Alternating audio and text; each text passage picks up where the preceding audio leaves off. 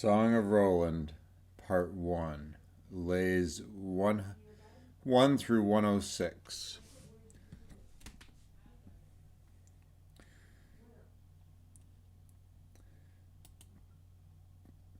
So I want to go over some historical background to this poem. Uh, this is a map of Europe after the fall of the Western Roman Empire. The empire fell apart in 476 A.D. It was invaded by Germanic tribes, and including the Franks, Vandals, Visigoths, Ostrogoths, and Lombards. So the pink area over on the far right is what's left of the Roman Empire after the Western Empire falls. This is the Eastern Roman Empire centered at Constantinople. On the left of the screen, you have the Visigoths in Spain. The Franks are in blue in France and Germany. The Lombards and Ostrogoths are in Italy. And this is a map of from about 600 AD.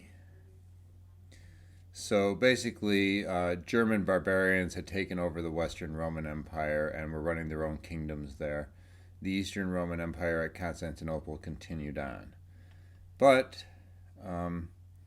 starting in 632 AD, there was a massive change that was about to take place, which was the expansion of Islam, the Muslim religion. From 632 to 750 AD, the Muslim religion was started by Muhammad in the blue area at the bottom of the map, Mecca and Medina in Saudi Arabia.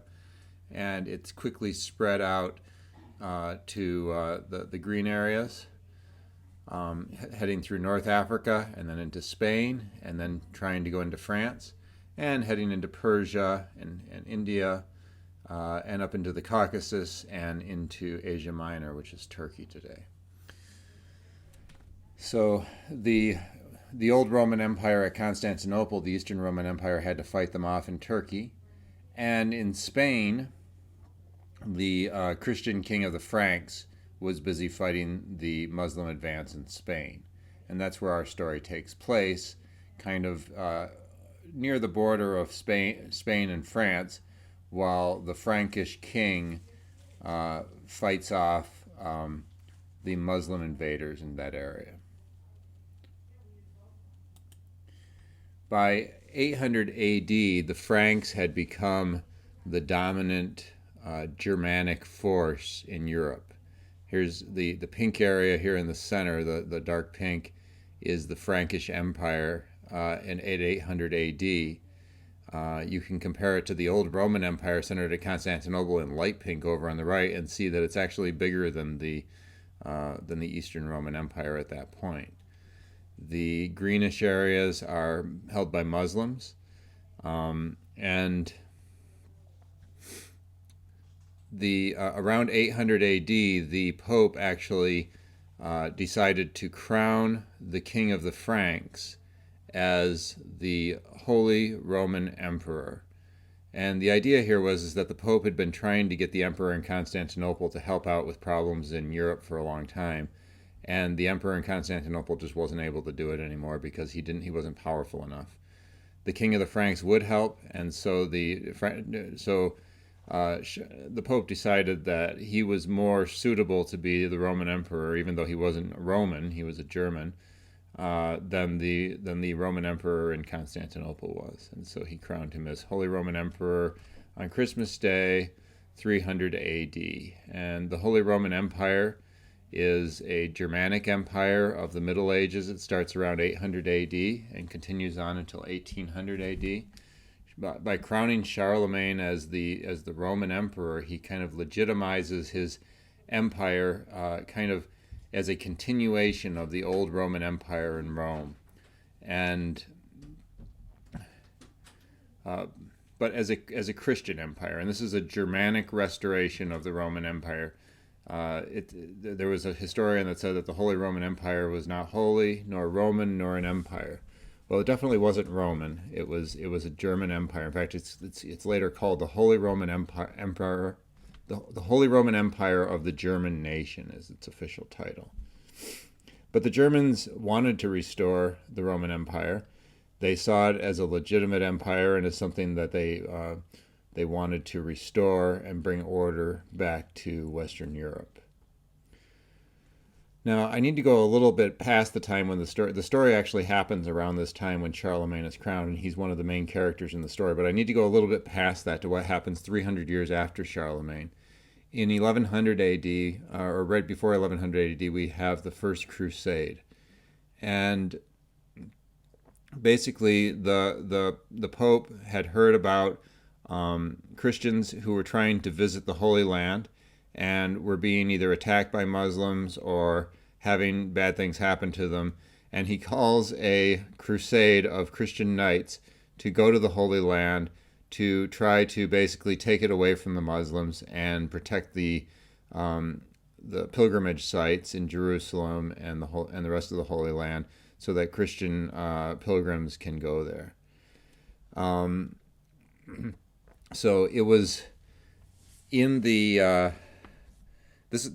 reason this is important is because this is the time when the book was actually written. The book was written 300 years after Charlemagne, and it's kind of written with the motivation of, maybe not the motivation, but with the idea of that this is the struggle between Christianity and Islam is the major struggle of our time in 1100 AD. And here's a poem about how Charlemagne did that 300 years before. So it's kind of like an inspirational tale from the distant past of Charlemagne basically doing the same thing as they were doing at that time in the 1100, fighting a crusade against the Muslims. Charlemagne did go into Spain. He invaded Spain, attacked Saragossa. He also had some wars with the Basques, who were Christian rebels in Spain also. And on his way back from this war, he was actually attacked at Roncesvalles by Basque warriors who were upset with him for having destroyed the city of Pamplona, which was their city. Over time, this battle of Pamplona, where Roland was killed, kind of got changed in the minds of people to where it was a war between where the people that attacked him were the Muslims instead of the Basques.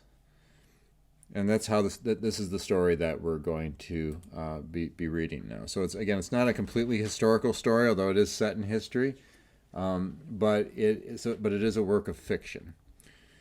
So Charlemagne has been fighting the Saracens in Spain for 7 years and conquered all the land except Saragossa, which is held by King Marsil, a Muslim.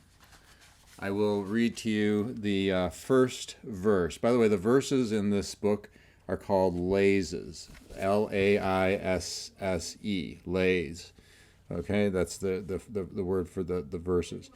Charles the King, our great emperor, has been in Spain 7 long years, and conquered that proud land as far as the sea. There is no castle which can resist him, no wall or city left to be destroyed, except for Saragossa, which stands upon a mountain. It is held by King Marsil, who does not love God. He serves Mohammed and calls upon Apollo. He cannot prevent disaster from overtaking him. So it's an interesting setup for the story here. Charles he's in Spain. He's doing really well. He's conquered everybody except for Saragossa, the last city standing, the last Muslim city standing. And King Marsil is the king of Saragossa. And they tell us that he cannot win because he's a pagan. All right. In this book, it also in this poem, you can see that the author doesn't know a lot about what Muslims really believe. It says he serves Muhammad and calls upon Apollo. So essentially, they're equating the Muslim king of Saragossa and the Muslims in Saragossa with pagans. They're calls upon Apollo as if they worship the Greek gods or something like that, the ancient Greek gods. So, and throughout the poem, the Muslims are referred to as pagans, even though the Muslim religion obviously is a religion that believes in one God, like Christianity. King Marsil of Saragossa, he sees Charlemagne being successful everywhere else in Spain. He's afraid that Saragossa is going to be conquered by Charlemagne and the Franks, and he wants to try and find a way to get them out of Spain as soon as possible, so that he doesn't get defeated. So he holds a council of his noblemen, and he asks them, what is your advice about how we can get rid of King Charles? He doesn't think that he can necessarily fight him successfully with his army, but he's wondering if there's maybe another way around it where they can defeat him in another way. What is their advice? So Blancandrin is one of his noblemen, and he's maybe the cleverest of King Marsil's Muslim noblemen. Again, King Marsil of Saragossa. This is the Muslim country that Charlemagne is fighting. And Blancandrin's advice is, why don't you use deceit? Deceive Charlemagne, give him gifts and hostages being like the sons of the noblemen, and offer to convert to Christianity yourself, as long as he will take his army and go home to France. And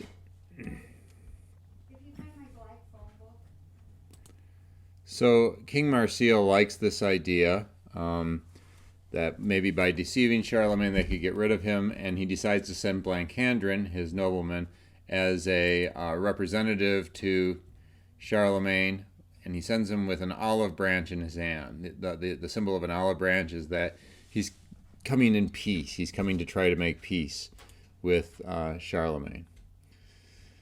So Blancandrin travels to Charlemagne's camp, and Charlemagne receives him, and he considers the peace offer. Blancandrin promises gifts, hostages, and offers that King Marsil will convert to Christianity if Charlemagne will take his army and go back to France. Charlemagne calls a council of his Frankish nobles and dukes to consider this. He doesn't want to make the decision completely on his own. He wants to have the advice of his own noblemen. And so they have this council, and it includes Roland, Oliver, Naimes, Archbishop Turpin, Ganelon, and the 12 peers. The 12 peers are the 12 highest-ranking officials in the empire, in the Frankish Empire. Roland speaks first, and he opposes the peace. He thinks that he suspects correctly that the Muslims are trying to trick the Christians into leaving just when they're about to win the war. He cites the fact that on a previous occasion, King Marsil had sent a peace offering to Charlemagne, and again it was people that were carrying olive branches, same thing. And then when the Franks sent an ambassador to King Marsil to make the peace, instead of making peace, Marsil just chopped the ambassadors' heads off. And so Roland thinks that'll probably just happen again. He says you should just fight on to the end, finish the war, and just defeat these people and don't deal with them. The next to speak, though, are Ganelon and Duke Naimes. And Ganelon and Duke Naimes both agree that it would be a good idea to go ahead and make peace with these people. We've been fighting for 7 years here. It's going on and on. It could go on for a lot longer. Lots more people will die. And when they say when he asks you to have mercy on him, King Marsil, it would be a sin to proceed. And the other Franks agree with him. The other Frankish barons agree with him. And they decide it's a good idea to send an ambassador to King Marsil and make peace. So several of the lords at this meeting volunteer to be the ambassador, including Roland, and Naimes. But Charlemagne refuses to send any of his highest-ranking 12 peers to Marsil. He wants to send somebody else. He's maybe concerned, probably, just like Roland said, that they might chop off their heads or something like that. So he doesn't want to lose Roland or Oliver or Naimes or Archbishop Turpin. So Roland proposes, why not send his stepfather Ganelon, who was one of the guys who had proposed peace, and Charlemagne agrees to that. Well, Ganelon is very offended by this, and um, he feels slighted because he sees that Charlemagne considers Roland and the 12 peers to be indispensable, but he considers Ganelon to be dispensable, to be somebody that if you lost him, it's not that big of a deal. And so he accepts it. He accepts the charge to go ahead and be the ambassador, but he vows Roland in front of Charlemagne. He vows to Roland that if he is going to get revenge on him somehow. And Roland just laughs at him, and he doesn't take it seriously, which makes Ganelon even more mad at him. Roland offers to take Ganelon's place at that point, but Ganelon refuses to let Roland take his place and prepares to go. So Ganelon, at this point, prepares for his trip to, actually, before he goes, Charlemagne is going to give him his glove and his staff as signs of power. But when he hands Ganelon the glove, Ganelon doesn't grasp it and lets it fall to the ground. Well, you might know that throwing a glove or letting a glove fall to the ground is often interpreted as a challenge to a duel, but it's also just showing that Ganelon he's not up to the task of being the ambassador, right? And the Franks interpret it this way: is that he's already fumbled the glove, he's going to fumble the whole mission, he's going to mess this up for us, and so they see it as a bad omen. But Charlemagne decides that he's going anyway, and he blesses Ganelon and sends him on his way. So Ganelon gets on his horse and heads off with the Blancandrin and the other Muslim ambassadors that had come. And on the way, he talks to Blancandrin, and he tells him how much he hates Roland, his stepson, and that he thinks that Roland is the one who's causing the war to go on and on. If it wasn't for Roland, the war would have ended a long time ago, but he's just a warmonger. So through his pride and arrogance, he wants to just keep that war going. He says that if Roland were to die, there probably would be peace. And so him and Blancandrin, at this point, both seem to have a common enemy, which is Roland. From the point of view of the Muslims, they don't want the war to continue, and if Roland's the one causing it to continue, which is what Ganelon is telling them, then getting rid of him would be a good thing. And from Ganelon's perspective, he's sworn to get revenge on his stepson Roland, who he's upset with, as we already mentioned. So this starts to stir up the beginning of Ganelon's betrayal of his own country. He doesn't really think he's betraying his own country. He thinks he's just getting revenge on Roland, as we'll see later in the book. But in reality, if you're betraying one of the top generals in your country and an army underneath him and causing them to be slaughtered, you are betraying your own country. And it says right from the beginning of the poem that Ganelon is a traitor. So Blancandrin then takes him to Saragossa. And they arrive in Saragossa, and Blancandrin takes him to meet King Marsil. So King Ganelon at first stands up to King Marsil and demands that King Marsil must accept the Christian faith, in which case Charlemagne will have mercy on him. And if he does not accept the Christian faith, Marsil will be captured and condemned to death. Well, King Marsil is not happy to hear this demand. He wants to negotiate in a friendly way. He's angered, and he threatens to kill Ganelon with a javelin, a small spear that he has. Ganelon, though, doesn't back down. He doesn't back down. He bravely stands up to him with his sword. But Marsil, at this point, Marsil withdraws to the garden away from Ganelon and takes counsel with Blancandrin. And Blancandrin tells him at this point that Ganelon has already said he was willing to help them eliminate Roland, one of the top generals in the Frankish army. So King Marsil at this point apologizes to Ganelon for being aggressive to him, and he starts to ask him about Charlemagne. 3 times he asks him, when will Charlemagne stop being such a warmonger, basically? And Ganelon replies, not as long as Roland lives. So I'm going to read a little bit from the poem here. This is from 40 through 42, Laisse 40 to 42. And you can see how the poet uses repetition of the same basic idea 3 times in this case in order, first of all, to make a point that this is an important point in the story, and second of all, to show slow changes in the responses that he gets from Ganelon each time, and the slow changing of his mind going from being a faithful servant of King Charles, or Charlemagne, to being a traitor.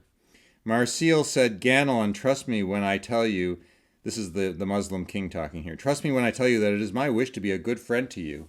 I want to hear you speak of Charlemagne. He is very old and his time is running out.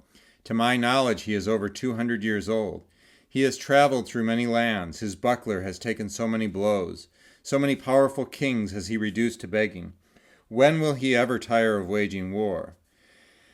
Ganelon replies, Charles is not such a man. No one who sees him or gets to know him can fail to say that the emperor is valiant. I cannot praise him or extol him enough, as there exists no more honor or excellence than his. Who could relate his great worth? God has made so much valor shine forth from him that he would rather die than forsake his men. The pagan said, I marvel greatly at Charlemagne, who is old and hoary. To my knowledge, he is more than 200 years old. His body has suffered in so many lands. So many blows has he taken from lance and spear. So many powerful kings has he reduced to begging. When will he ever tire of waging war? Never, said Ganelon, as long as his nephew lives. There is no such man beneath the vault of heaven.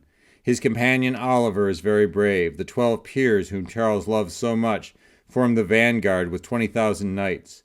Charles is secure because he fears no man. The Saracen said, Great is my amazement at Charlemagne, who is hoary and white-haired. To my knowledge, he is more than 200 years old. He has been victorious in so many lands, so many blows has he taken from good sharp spears, so many powerful kings has he vanquished in battle. When will he ever tire of waging war? Never, said Ganelon. As long as Roland is alive, there is no such man from here to the Orient. Oliver, his companion, is very brave. The 12 peers whom he loves so much form the vanguard with 20,000 Franks. Charles is secure. He fears no man alive. Ganelon tells King Marsil, that he would have no chance to beat Charlemagne's army with a direct attack because his army is too good. But he outlines a deceptive plot which would allow him to win against Charlemagne. Marsil will pretend to follow the peace pact that Charlemagne has proposed, which is that he will send gifts, send hostages, and convert to Christianity. Then the Franks will head home with their army, but they will leave behind a small rear guard in the back, headed by Roland. He should then attack the rear guard with an overwhelming force, killing Roland, and basically, with Roland dead, Charlemagne will no longer be able to make war in Spain.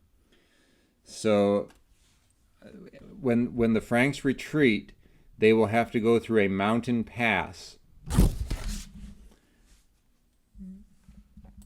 So they'll have to go through a mountain pass, and it's a narrow pass, and so the army then, the large army that Charlemagne has, will be spread out over a long stretch through this narrow mountain pass.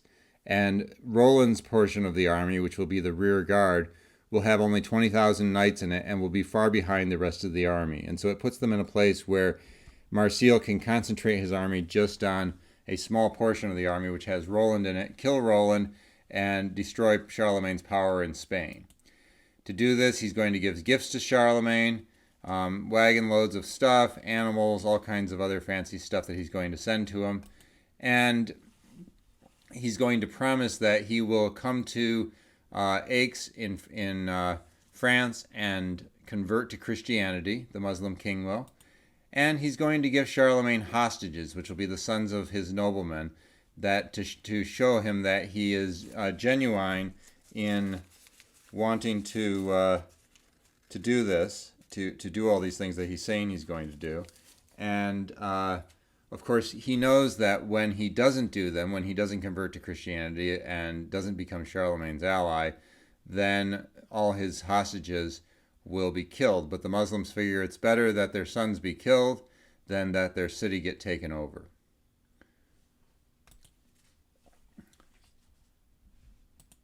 So Marsil and his queen Bramimond agree to this plan, and Ganelon travels back to Charlemagne to tell him the news.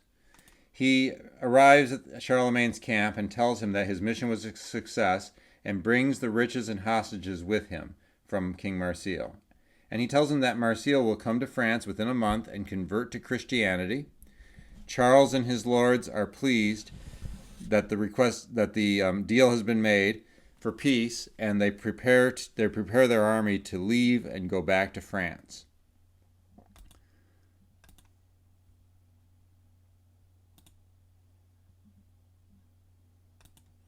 But that night, Charlemagne dreams 2 dreams, and both of them are bad. The dreams he has are this. First, he dreams that Ganelon takes Charles's spear and breaks it. Second dream is that Charles is at Aix in his chapel, but he's being attacked by wild animals who are biting him in his right arm. And of course, his right arm symbolizes Roland, who's referred to throughout the poem as Charles's right arm, the one who's doing the fighting for him. So these dreams are omens of what will happen. But Charlemagne, in spite of being concerned by these dreams, is not willing to change his course of action. And so, in the morning, when he arises, Charles asks the nobles for advice on who should be the leader of the rear guard when the army leaves France. And Ganelon, predictably, nominates his stepson, Roland. So Roland accepts this nomination, but he is spiteful towards his stepfather. But he doesn't suspect the massive treachery that Ganelon is planning towards him. So Charlemagne, remembering the dreams that he had the previous night, is scared, and he's afraid that Roland is going to be killed. So he offers Roland half of his army for the rear guard, which is not the normal way of doing things. Normally the rear guard would be a relatively small amount of troops compared to the whole army. Roland refuses this. He basically says, he can handle it with the normal number of troops, and he'll just take the normal 20,000 knights. So he selects leaders for the rear guard. He selects Oliver, his best friend, and Archbishop Turpin, the 12 peers, and 20,000 knights. Charlemagne weeps as the main army crosses into France. And he talks to one of his lords' names about the horrible dreams that he had had, and he's not sure what they portend, but he's nervous about it. Meanwhile, the nephew of the Muslim king prepares his army for battle. So this is Marsil's nephew. His name is Aelroth. He puts together an army of 100,000 Saracens to oppose Roland's army of 20,000 in the rear guard. So it's going to be a 5-to-1 odds against that army. And at this point in the book, they go through a description of the various Muslim leaders and where they're from and what their troops are like. So this large pagan army, and by the way, you see the word Saracen here. Saracen is just a word that the Christians use to describe the Muslims. So you could use the word Muslim, they use the word pagan in the book, and they use the word Saracen. It all basically means the same thing. So a large pagan army then, led by Aelroth, marches towards the rear guard in the mountain pass at Roncesvalles. Oliver, Roland's best friend, sees the army first, and he immediately suspects that Ganelon has set it up, that he's betrayed them and set up this large army to kill them off. But Roland won't hear of it. He says, he's my stepfather. Don't say bad things about him. So at this point, Oliver requests that Roland should blow his oliphant. So the oliphant is a horn that he has. It's made from an elephant tusk. And the idea is he'll blow the horn.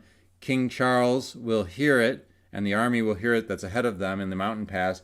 They will turn around and ride back and help to defend the rear guard from the onslaught of these 100,000 pagan warriors. This is before the battle even starts. But Roland will not blow the oliphant. Roland refuses to blow it. He says he can handle it himself. And at this point, I'm going to read to you, this is Laisse 83 to 85.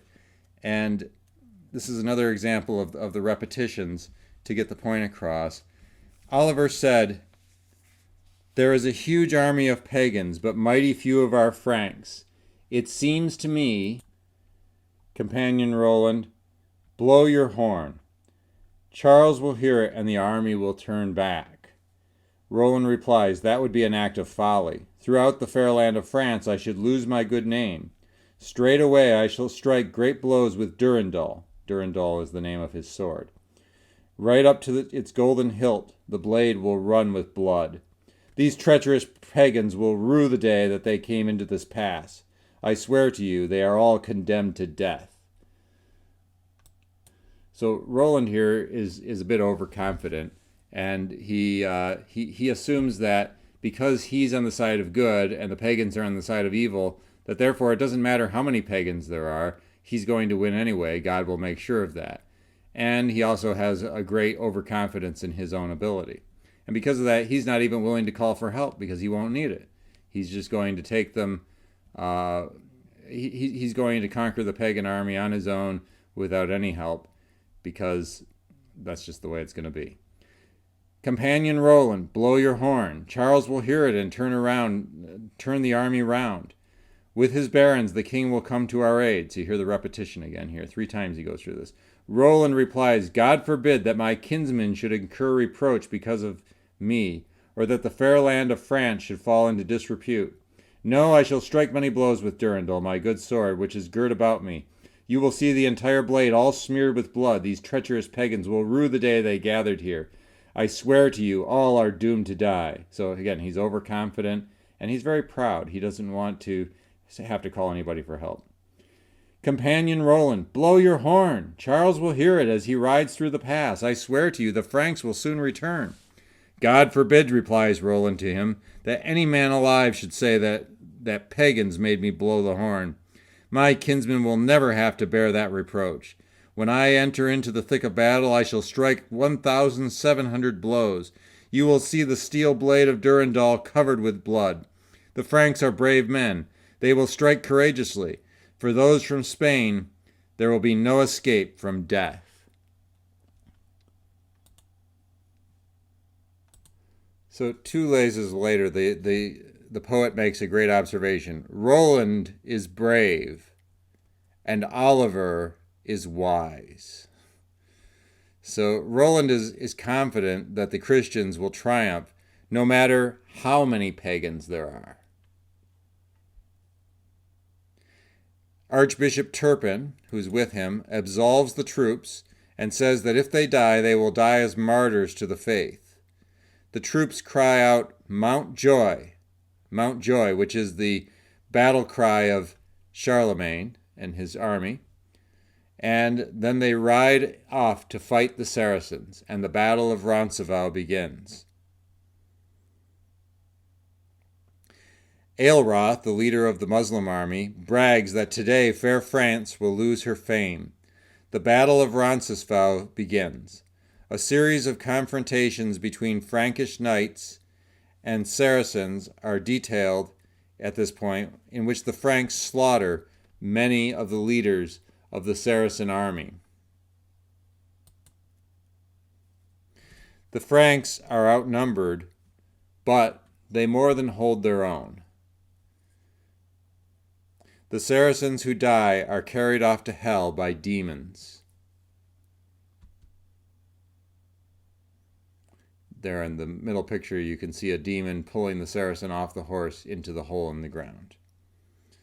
So this is about where we're going to end for today, but I want to point out that this Battle of Roncesvalles is very, very reminiscent of a famous battle from ancient history from 480 BC called the Battle of Thermopylae. This is from the history of ancient Greece.